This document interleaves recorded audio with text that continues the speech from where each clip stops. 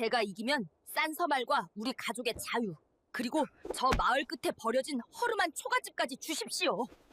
탐욕에 눈이 멀어 죄 없는 식솔들의 목숨까지 위협하던 천하의 악인 박대감. 모두가 벌벌 떨며 고개를 숙인 그 절체절명의 순간, 넉마를 걸친 9살 배기 아이가 당당히 대감의 앞을 가로막고 섰습니다. 이 바보놈이 정녕 죽고 싶어 환장을 했느냐. 대감의 불호령에도 눈 하나 깜짝 않고 충격적인 제안을 내뱉은 이 아이. 겁도 없이 호랑이 아가리에 제 발로 걸어 들어간 이 아이는 대체 누구이며 어떤 지혜로 가난한 부모를 구하려는 걸까요? 지금 그 기막힌 이야기가 시작됩니다. 안녕하세요. 이야기 시작 전 구독과 좋아요로 작은 마음 한 조각 보태주신다면 큰 복이 되어 돌아갈 것입니다. 이야기 시작하겠습니다. 감사합니다. 옛날 아주 먼 옛날 고집 세고 욕심 많기로 소문난 박대감 집에는 30년째 허리가 휘도록 머슴살이를 하던 박서방 부부가 살고 있었더랍니다.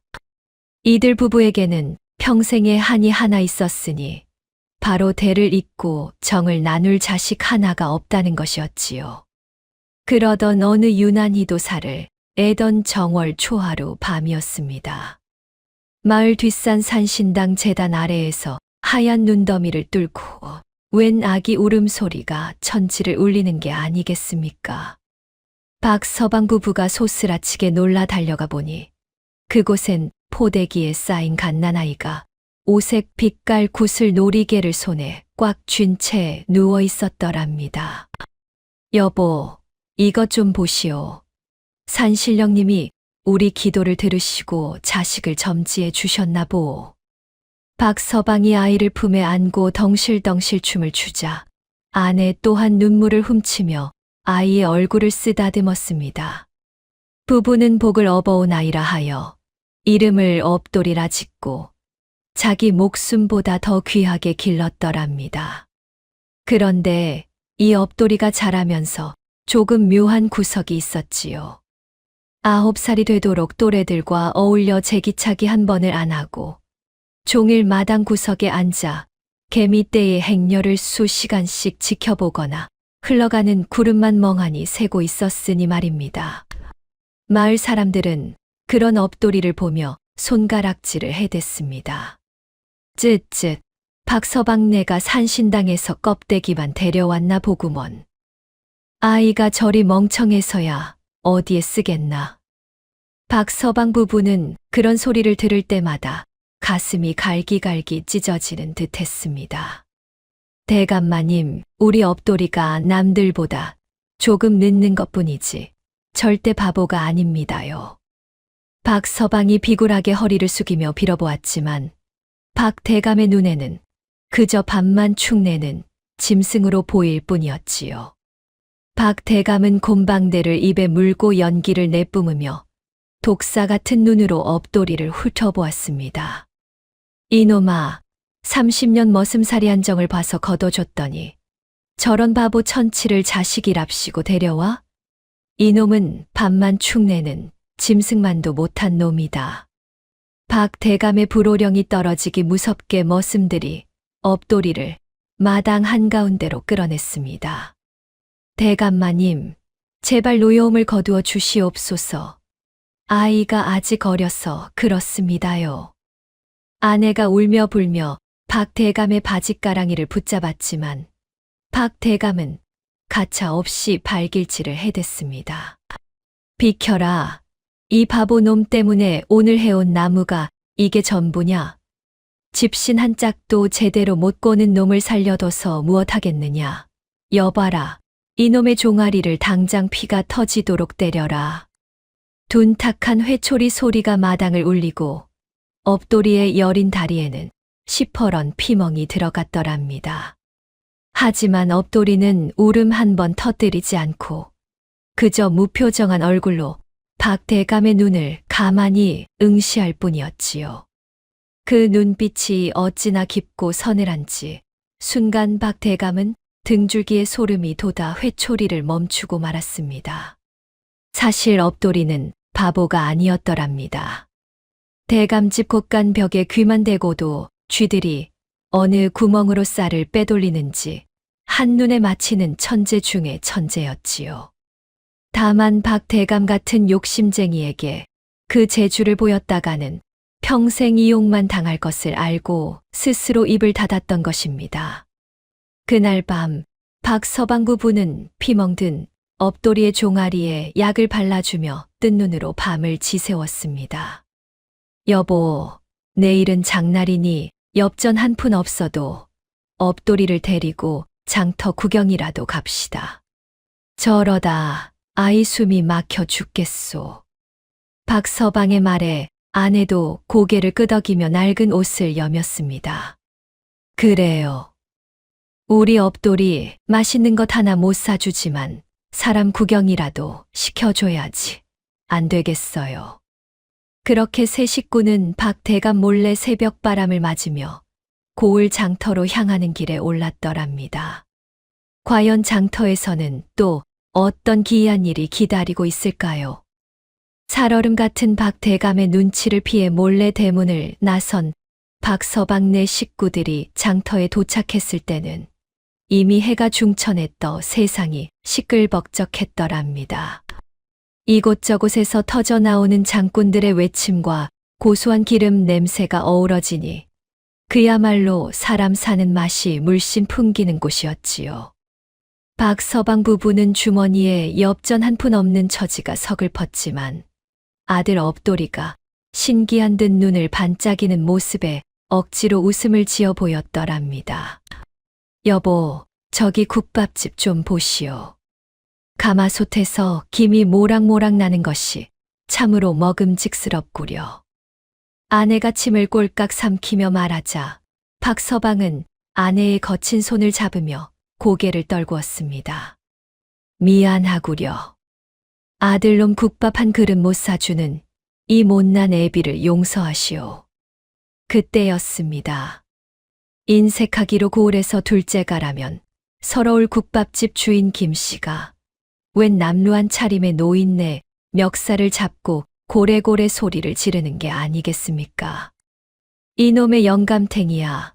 먹지를 않았으면 돈을 안 내도 된다고 누가 그러더냐?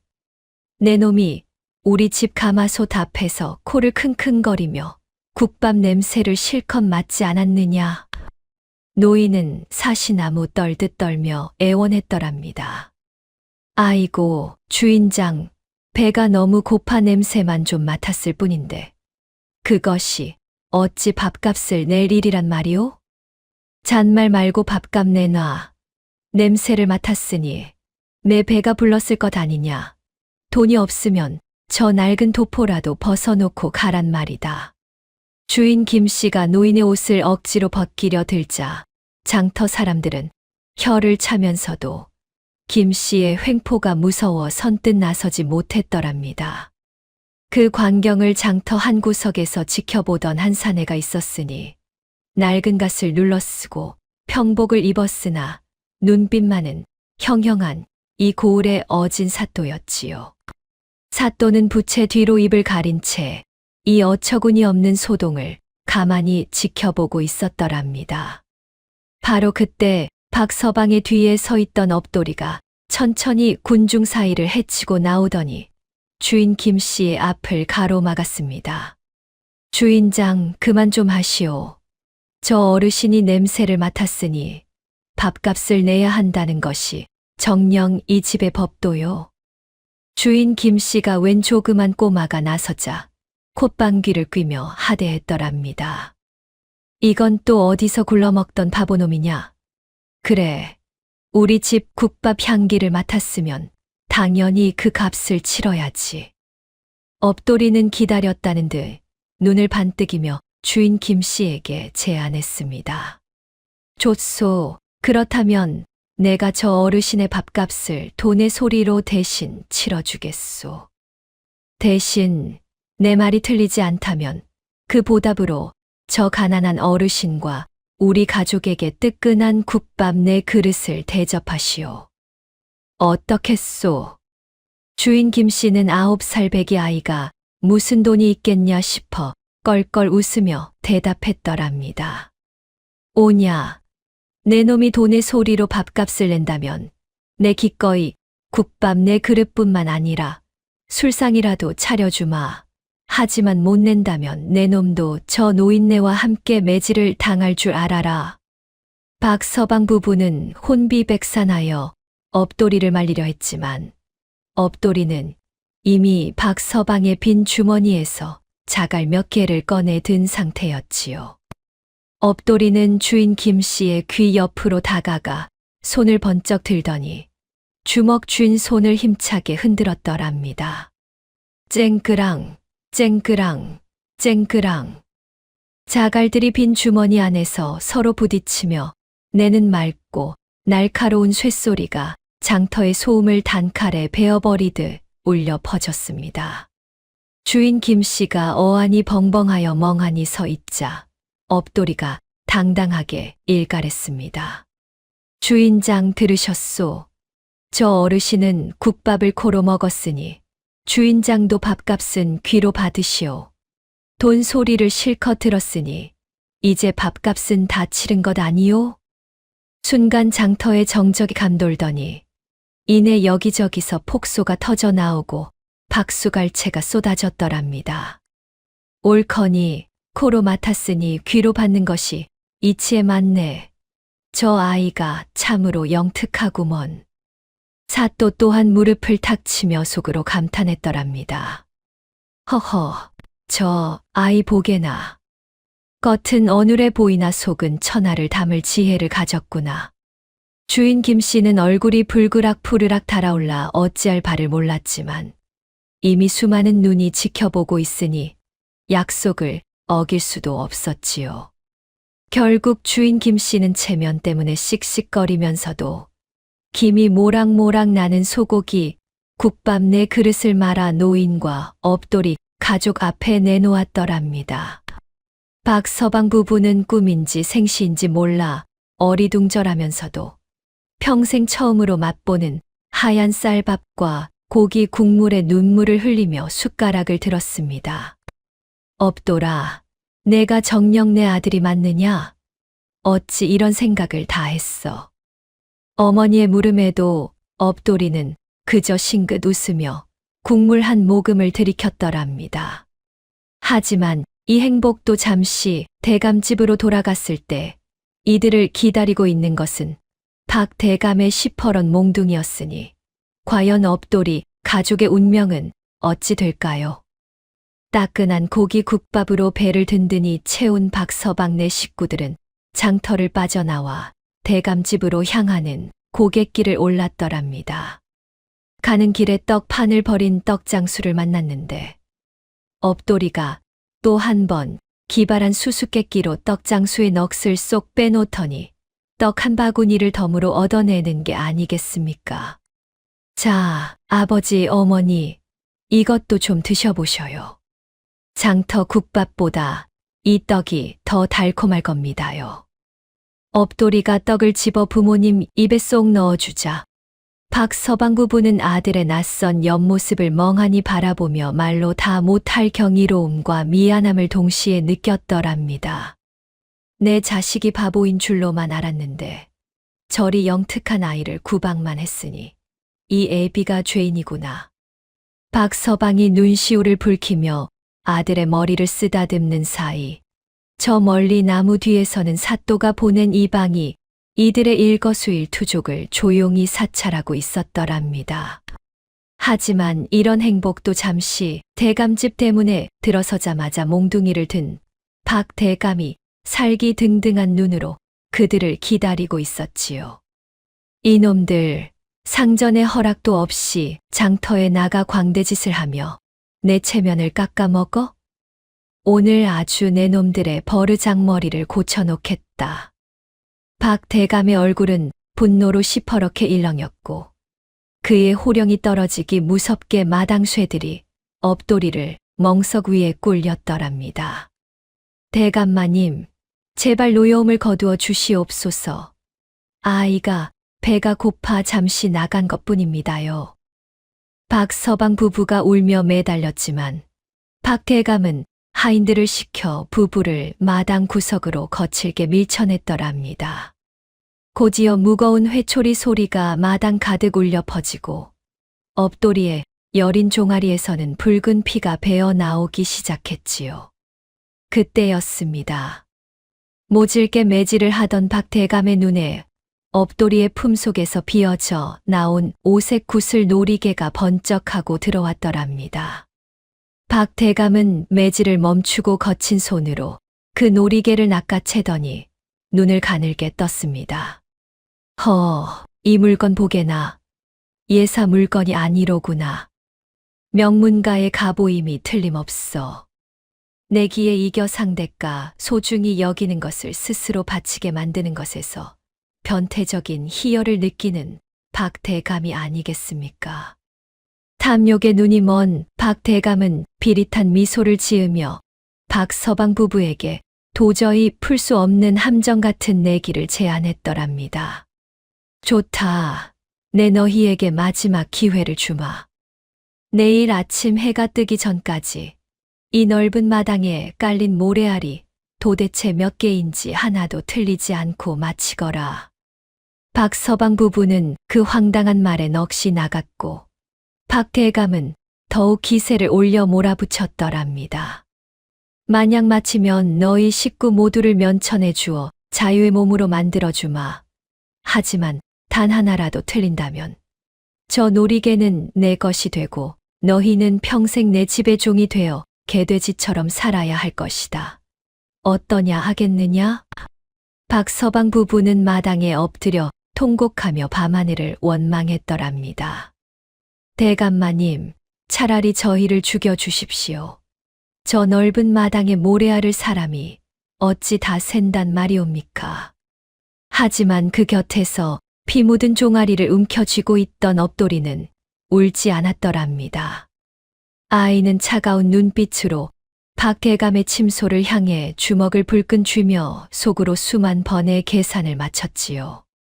아버지, 어머니, 울지 마셔요. 제가 내일 아침 대감마님의 저 오만한 코를 납작하게 해드릴 터이니 저만 믿으셔요.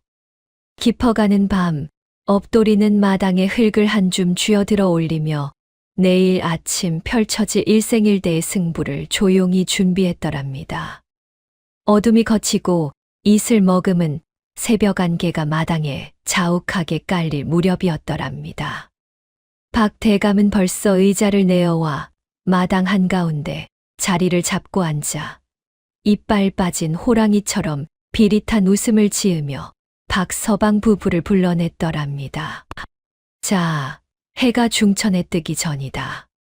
박서방, 내 마당에 모래알이 몇 개인지 어서 고해보거라. 대답을 못하면 약조대로 저 놀이개는 내 것이요. 너희는 평생 내 집개가 될 줄 알아라. 박서방 부부는 서로의 손을 꼭 잡은 채 사시나무 떨듯 바들바들 떨고 있었지요. 끝도 없이 넓은 마당에 깔린 저 아득한 모래알을 사람이 어찌 다 샌단 말이옵니까? 그때였습니다. 부모님 뒤에 조용히 서 있던 엎도리가 천천히 앞으로 걸어 나와 박대감을 똑바로 응시했더랍니다. 어눌했던 평소의 눈빛은 간데없고 마치 깊은 연못처럼 서늘한 안광이 번뜩이는 게 아니겠습니까? 대감마님, 제가 그 답을 올리겠습니다. 대신 제가 마치면 조건을 하나 더 걸어주시옵소서. 박대감이 가소롭다는 듯 껄껄 웃으며 곰방대를 휘둘렀더랍니다. 오냐, 바보놈이 기가 살았구나. 그래, 무엇을 더 원하느냐? 제가 마치면 쌀서말과 우리 가족의 면천은 물론이고 저 마을 끝에 버려진 허름한 초가집까지 저희에게 주십시오. 어떻겠습니까? 마당 주변에는 이미 소문을 듣고 모여든 마을 사람들로 인산인해를 이루고 있었지요. 그 틈에는 평복으로 갈아입은 사또가 다시 한번 자맹하여 이 모든 상황을 종이에 기록하고 있었더랍니다. 박대감은 눈을 번뜩이며 엎도리에게 바싹 다가갔더랍니다. 좋다. 그까지 초가지 백채라도 주마. 허나 만약 틀린다면 내 놈의 목숨을 내놓는 것은 물론이고 내 부모는 죽을 때까지 내 집곳간에 갇혀 노역을 해야 할 것이다. 그래도 하겠느냐? 네, 그리하겠습니다. 자, 이제 물으십시오. 업돌이의 당찬 대답에 박대감은 마당에 아득하게 깔린 모래알들을 가리키며 호령했더랍니다. 자, 이 마당의 모래알이 도대체 몇 개냐? 단 하나라도 틀리면 내 목이 날아갈 줄 알아라. 순간 마당에는 숨소리조차 들리지 않는 정적이 감돌았지요. 업돌이는 마당 한 구석에 굴러다니던 낡은 대바구니 하나를 가리키며 담담하게 입을 열었더랍니다. 대감마님, 이 마당의 모래는 정확히 단 한 바구니 분량입니다. 박 대감이 잠시 멍하니 있다가 이내 얼굴이 불그락 푸르락 달아올라 칼집을 잡으며 소리를 질렀더랍니다. 이놈이 정녕 죽고 싶어 환장을 했구나. 저 넓은 마당의 모래가 어찌 저 작은 바구니 하나에 다 담긴단 말이냐. 내 놈이 나를 능멸하는구나. 업돌이는 눈 하나 깜짝하지 않고 박 대감의 눈을 똑바로 쳐다보며 일갈했더랍니다. 대감마님, 제 말을 끝까지 들으십시오. 만약 대감마님의 탐욕만큼 커다란 바구니를 가져온다면 이 넓은 마당의 모래는커녕 고을 전체의 모래를 담아도 단 한 바구니에 다 담길 것이 아니옵니까? 제 말이 틀렸습니까? 구경하던 마을 사람들이 무릎을 탁 치며 수군거리기 시작했더랍니다. 옳거니 대감의 욕심이 하늘을 찌르니 그 욕심 바구니라면 마당 모래쯤이야 한 줌도 안 되겠지. 논리에 완벽히 막힌 박 대감은 입술을 부르르 떨며 얼굴이 흙빛이 되었더랍니다.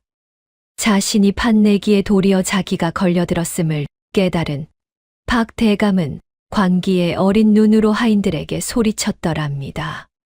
이놈, 천한 머슴놈이 감히 양반을 농락해. 여봐라, 저 발칙한 놈의 주둥이를 당장 찢어버리고 목을 쳐라. 내기 따위는 필요 없다. 당장 죽여라. 하인들이 시퍼런 칼을 뽑아 업돌이의 정수리를 내리치려던 그 절체절명의 순간이었더랍니다. 군중 속에서 부채를 접는 날카로운 파여름이 마당을 가르더니 위험 있는 목소리가 울려 퍼졌습니다. 개 멈추어라. 감히 내기에서 지고도 백성의 목숨을 함부로 탐하려 하느냐. 마패를 높이 치켜든 사또가 관원들을 이끌고 마당으로 당당히 들이닥치니 박 대감의 칼날이 허공에서 멈추고 말았더랍니다. 과연 박 대감은 어떤 죄를 치르게 될까요? 살기가 등등하던 마당은 사또의 등장으로 순식간에 정적에 휩싸였더랍니다. 사또는 양반의 신분으로 무고한 아이를 제 분풀이로 살해하려 한박 대감에게 살인 미수라는 공식적인 죄목을 확정 짓고는 고을 법도에 따라 엄히 다스리겠다며 박 대감과 박 서방 일가를 관하로 즉시 압송했더랍니다. 관아 앞마당은 소문을 듣고 몰려든 백성들로 발 디딜 틈이 없었고 포승줄에 묶인 박 대감은 억울하다는 듯 사또를 향해 고래고래 소리를 질러댔더랍니다. 사또 나리, 정녕 저 미천한 머슴놈의 망발에 제 손을 들어주시는 것입니까? 저놈은 해괴한 말장난으로 양반의 권위를 능멸하고 재산을 가로채려 한 고약한 놈이옵니다. 당장 저 박서방 부부에게 장형을 내리고 아이의 주둥이를 꿰매 주어야 하옵니다. 사또는 장터에서부터 지켜본 업돌이의 기계와 마당에서의 내기 과정을 이미 훤히 알고 있었기에 서늘한 눈빛으로 박 대감을 내려다보며 쩌렁쩌렁한 목소리로 물었더랍니다. 박 대감, 그대는 내기 전 스스로 공정한 내기라 하지 않았느냐? 아이가 낸 답이 틀렸다는 증거가 있다면 지금 이 자리에서 명명백백히 밝혀보거라. 마당의 모래알이 정령한 바구니가 아니라는 것을 그대는 어찌 증명하겠느냐? 박 대감은 얼굴이 흑빛이 되어 입술을 부들부들 떨며 대답을 못했더랍니다. 그것이 그 많은 모래를 어찌 일일이 셀 수 있단 말이옵니까? 사또나리, 이건 억지이옵니다. 사또는 기다렸다는 듯 작두 같은 목소리로 호령하며 박 대감의 가슴에 대못을 박았더랍니다. 본인조차 증명할 수 없는 억지 문제를 내어 백성을 기만하고 내기에서 지고도 목숨을 탐하려 했으니 이는 명백한 사기요, 살인 미수다. 박 대감의 내기는 무효가 아니요, 아이의 승리임을 선포하노라. 판결이 내려지자마자 사또의 호령에 관원들이 달려들어 박 대감의 화려한 비단 관복을 거칠게 벗겨냈고 그 귀한 옷자락은 마당 흙바닥에 무참히 짓밟히고 말았더랍니다. 여봐라, 저 박 대감의 집을 수색하여 그동안 소작인들을 속여 뺏은 문서들을 모조리 압수하고 저곳간 문을 열어 굶주린 백성들에게 쌀을 산처럼 뿌려라. 죄인 조만석은 관직을 박탈하고 가산을 몰수하여 죄를 엄히 묻겠다. 사또의 준엄한 판결에 박 대감은 넋이 나간 채 바닥에 쓰러졌고 관원들이 박 대감의 손을 강제로 잡아 약속했던 쌀서말과 박서방 일가의 면천 문서 그리고 마을 끝 허름한 초가집을 내어준다는 서약서에 도장을 찍게 했더랍니다. 박서방 부부는 이것이 꿈인지 생시인지 몰라 사또의 발치에 엎드려 바닥이 뚫려라 큰 절을 올리며 목을 놓아 울었더랍니다. 아이고 사또 나리, 은혜가 하해와 같사옵니다.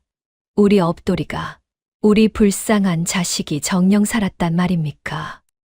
업돌이는 사또에게서 빼앗겼던 오색 구슬 놀이개를 정식으로 돌려받아 품속 깊이 소중하게 갈무리하며 사또와 눈이 마주치자 살며시 미소 지으며 고개를 숙여 감사를 표했더랍니다.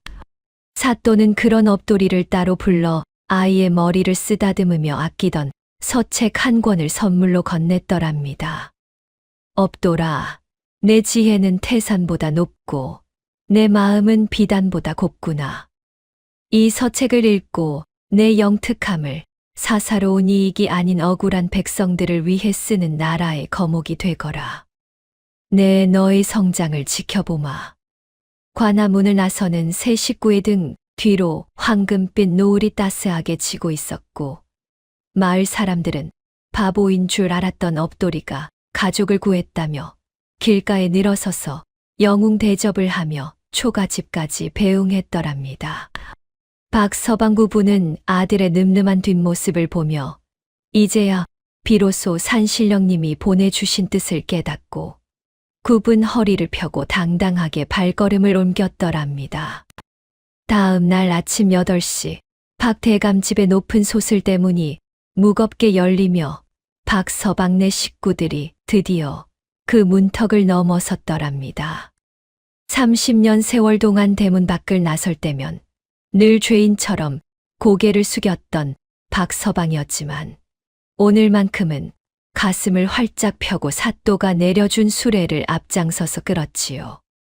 수레 위에는 사또가 내어준 쌀서말이 묵직하게 실려 있었고 그 곁을 따르는 아내와 업돌이의 발걸음은 마치 구름 위를 걷는 듯 가벼웠더랍니다. 여보, 정녕 우리가 그 지옥 같은 곳에서 빠져나온 것이 맞소.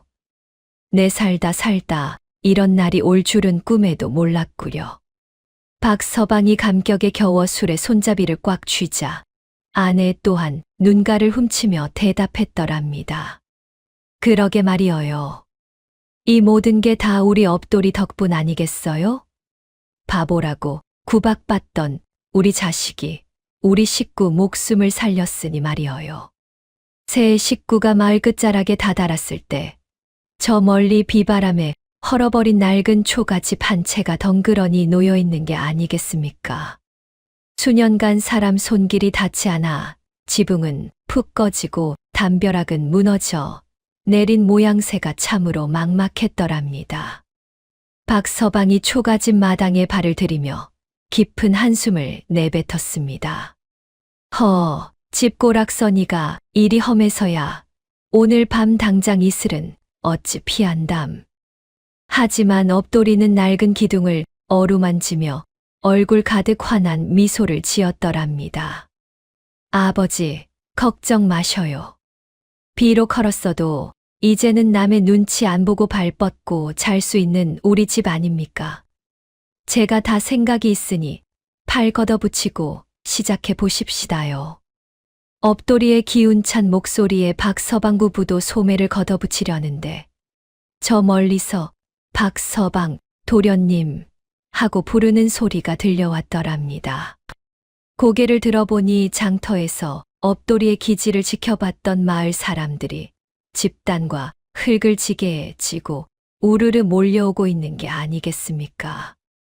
박서방, 우리가 대감집에서 고생한 박서방네 소식 듣고 가만히 있을 수가 있어야지. 자, 오늘 이 집을 새 집처럼 고쳐줄 테니 걱정 말라고. 동네 장정들이 달려들어 무너진 담벼락을 세우고 안악들은 마당에 잡초를 뽑아내니 순식간에 집안에 사람 사는 온기가 돌기 시작했더랍니다. 업돌이는 그저 지켜만 보지 않고 장정들에게 다가가 손가락으로 마당 구석구석을 가리켰습니다. 아저씨, 저쪽 모퉁이 땅을 조금 더 깊게 파서 물기를 내주셔요. 그래야 비가 와도 마당에 물이 안 고이고 텃밭이 썩지 않습니다요. 아이의 영특한 지시에 장정들은 혀를 내두르며 감탄했더랍니다. 허허, 업돌이 도련님 말씀대로 하니 일이 훨씬 수월하네. 이 녀석, 장차 정승판서가 될 제목이야. 저녁 무렵이 되자 초가집은 비록 작고 소박했지만 새 짚을 얹어 반짝거리는 지붕과 반듯하게 고쳐진 담벼락을 갖춘 아늑한 안식처로 변모했더랍니다. 마을 사람들이 돌아가고 난 뒤 부모님은 가마솥에 불을 지피고 쌀서 말 중 일부를 씻어 안치기 시작했습니다. 가마솥 뚜껑 사이로 구수한 밥 냄새가 온 마당에 퍼져나가니 박서방 부부는 서로의 손을 꼭 잡고 가슴 벅찬 눈물을 흘렸더랍니다. 여보, 내 평생 남의 집 쌀밥 냄새만 맡고 살았는데 이제 우리 솥에서 이런 향기가 나다니. 정녕 죽어도 여한이 없소. 아내가 갓 지은 하얀 쌀밥을 고봉으로 퍼서 업돌이 앞에 놓아주자 업돌이는 이제 더 이상 바보 흉내를 내지 않고 늠름한 목소리로 말했더랍니다. 아버지, 어머니, 이제 고생은 끝났습니다. 제가 이 초가집 마당에 서당도 열고 텃밭도 일궈서 두 분 평생 배불리 드시고 웃으며 사시게 해드릴게요. 업돌이의 말에 박서방은 아들을 와락 끌어안고 목을 놓아 울었더랍니다. 깊어가는 밤, 마을 끝 작은 초가집 굴뚝에서는 하얀 연기가 몽글몽글 피어올라 밤하늘로 사라졌더랍니다. 그 연기는 30년 머슴살이의 한을 씻어내고 이제 막 시작된 한 가족의 위대한 자유를 온 세상에 알리는 행복의 신호탄이었지요. 자, 이제 자유를 찾은 업돌이네 가족에게 또 어떤 놀라운 일이 벌어질까요? 마을 끝자락 쓰러져 가던 초가집의 밤마다 환한 등불이 켜지기 시작했더랍니다.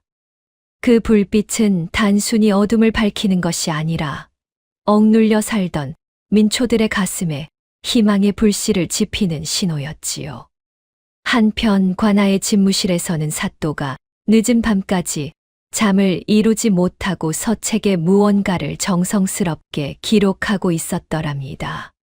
그것은 바로 장터와 박대감네 마당에서 업돌이가 보여준 기상천외한 지혜들이었지요. 사또는 붓을 내려놓으며 창밖의 달을 보고 흐뭇하게 미소 지었더랍니다. 허허, 9살 아이가 세상의 이치를 꿰뚫고 있으니 이 어찌 나라의 보배가 아니겠느냐. 네, 저 아이를 잘 지켜보고 장차 큰일을 맡길 방도를 찾아야겠구나. 사또는 업돌이를 단순한 머슴의 자식이 아닌 이 나라를 비출 거목으로 여기며 깊은 애정을 쏟기 시작했더랍니다. 하지만 박 대감의 처지는 이와는 정반대였지요. 전 재산의 절반 이상을 사또의 명으로 백성들에게 나누어 주고 관직까지 박탈당한 박 대감은 분풀이로 자기 집 방구석에서 술병만 비우며 지냈더랍니다. 이놈들, 감히 내 것을 뺏어가. 그 바보놈과 사또가 짜고 나를 도륙한 것이야. 박 대감이 고래고래 소리를 질러보았으나 이제는 집안 하인들조차 대감의 눈을 피하며 수군거릴 뿐이었지요. 이미 고을 전체에 박 대감의 추악한 내기 실체가 퍼졌으니 대문을 나서기만 해도 백성들의 따가운 시선과 손가락질이 쏟아져 박 대감은 이제 산송장이나 다름없는 신세가 되고 말았더랍니다. 그 사이 업돌이네 초가집에는 매일 아침 아이들의 낭낭한 글 읽는 소리가 울려 퍼졌더랍니다. 업돌이는 사또가 선물한 서책을 완독한 뒤 마을 아이들을 불러 모아 작은 서당을 열었지요. 그런데 업돌이의 가르침은 여느 훈장님과는 영 딴판이었더랍니다. 자, 얘들아. 오늘은 방 안에서 글만 읽지 말고 마당으로 나오너라. 저기 흐르는 물길을 보아라. 물은 높은 곳에서 낮은 곳으로 흐르는 것이 이치이나 사람이 길을 잘 내어주면 메마른 논밭을 적시는 생명줄이 되는 법이다. 업돌이는 막대기로 흙바닥에 지형을 그려가며 아이들에게 세상 사는 지혜를 가르쳤고 아이들은 업돌이를 초가집 천재 도령이라 부르며 제 부모보다 더 존경하게 되었더랍니다. 박서방과 아내 또한 더는 머슴이 아니었더랍니다. 업돌이가 일러준 대로 집 주변의 물길을 새로 내고 텃밭을 일구니 극심한 가뭄이 찾아와도 업돌이네 밭만큼은 푸릇푸릇한 채소가 산더미처럼 자라났지요. 부부는 이제 제 땅에서 거둔 풍성한 수확물을 들고 장터로 나가 당당하게 장사를 하며 배고픔을 모르고 웃음꽃을 피우며 살았더랍니다. 그러던 어느 날 사또가 민정을 살피기 위해 다시 한번 마을 끝 초가집을 찾았더랍니다. 사또는 텃밭에서 땀을 흘리던 박서방과 아내에게 정중히 인사를 건넨 뒤 마당 평상에 앉아 업돌이와 차를 나누었지요. 업돌아, 너는 어찌하여 과거 시험을 보러 한양으로 가지 않고 여기서 아이들을 가르치고 있느냐? 내 실력이면 장원급제는 떼놓은 당상일 텐데 말이다. 사또의 물음에 업돌이는 찻잔 속의 달을 가만히 내려다보며 대답했더랍니다. 사또 날이 과거를 보아 관직에 오르는 것도 좋으나 저는 지금 이 작은 집에서 우리 부모님 모시고 백성들과 지혜를 나누는 것이 더 행복합니다. 지혜란 남 위에 서기 위한 것이 아니라 소중한 사람들을 지키는 따뜻한 힘이어야 하니까요. 9살 아이라고는 믿기지 않는 깊은 속내의 사또는 크게 감탄하며 손뼉을 쳤더랍니다. 허허허, 과연 내 생각이 틀리지 않았구나. 내 나라의 관리들에게 내 그 고결한 마음씨를 100번 1000번 가르치고 싶구나. 어진 사또와 천재 아이의 기이하고도 아름다운 우정은 그렇게 깊어갔고 온 고을 사람들은 이들의 이야기를 들으며 지혜로운 삶이 무엇인지 다시금 깨닫게 되었더랍니다. 가장 낮은 곳에서 태어나 가장 높은 지혜로 가족을 구하고 이제는 마을 전체를 비추는 등불이 된 업돌이. 과연 이들의 전설은 어떻게 마무리될까요? 세월은 유수와 같이 흘러 마을 끝자락 그 작은 초가집은 이제 고을의 성지선디가 되었더랍니다.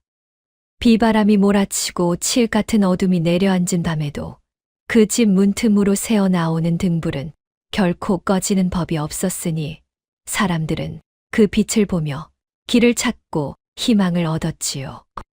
업돌이는 성인이 된 후 자신을 아꼈던 어진 사또의 강력한 추천으로 과거 시험에 당당히 급제하여 중앙관직에 나아갔더랍니다. 하지만 업돌이는 정승판서 부럽지 않은 높은 벼슬자리에 올랐어도 가슴 속에는 늘 마을 끝 그 작은 초가집과 부모님을 품고 살았지요. 사또 나리, 아니 이제는 대감이라 불러야 할까요? 제가 한양에서 온갖 억울한 백성들의 사정을 듣고 있으면 예전 우리 아버지가 박대감 마당에서 흘리던 눈물이 떠오릅니다요. 한양으로 업돌이를 찾아온 옛사또가 흐뭇하게 웃으며 대답했더랍니다. 허허, 업돌이 판관. 자네의 명성은 이미 도성 전체에 자자하네.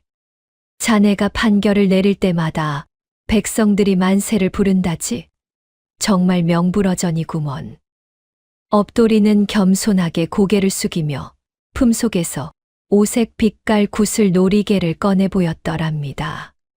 이 놀이개 덕분에 제 고귀한 뿌리가 어디인지 알게 되었으나 저에게는 저를 산신당에서 거두어 주신 우리 박서방 부모님이 이 세상 유일한 진짜 부모님이십니다요. 그 마음씨가 참으로 갸륵하네. 지혜가 깊은 자는 효심 또한 깊은 법이지.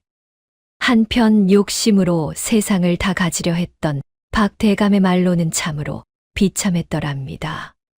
모든 가산을 몰수당하고 고을에서 쫓겨난 박대감은 자신이 그토록 무시하던 백성들의 손가락질 속에 떠돌이 신세가 되어 훗날 어느 이름 모를 산길에서 쓸쓸히 생을 마감했지요.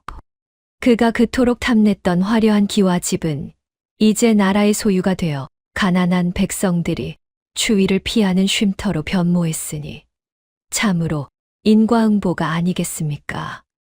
장터의 인색한 국밥집 주인 김씨 또한 업돌이에게 당한 그날의 일을 평생의 교훈으로 삼았더랍니다.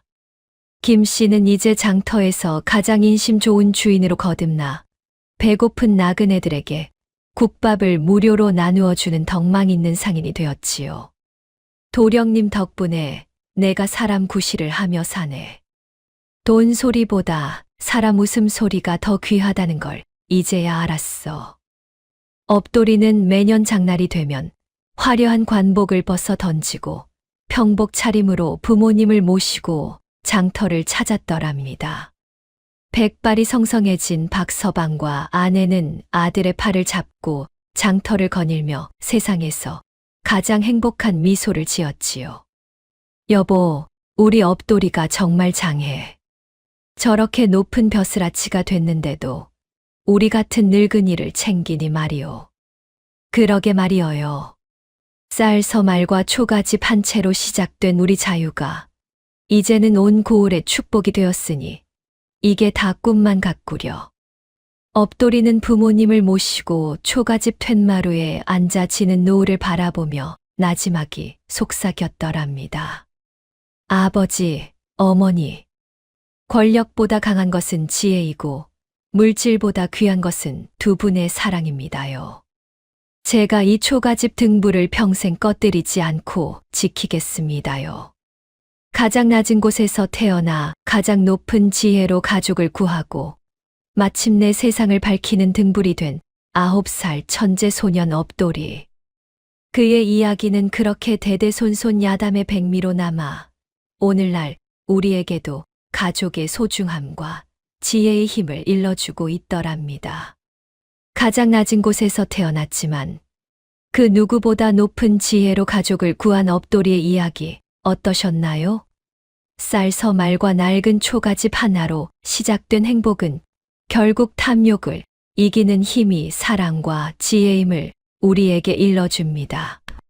우리 인생사도 때로는 억울하고 힘든 고비가 찾아오지만 업돌이처럼 맑은 마음으로 세상을 대한다면 반드시 복이 찾아올 거라 믿습니다. 여러분의 매일이 지혜롭고 따뜻한 웃음으로 가득하시길 진심으로 빌어봅니다. 이야기를 끝까지 들어주신 분이 계시다면 잘 들었다고 댓글 하나만 남겨주세요. 항상 건강하시고요. 감사합니다.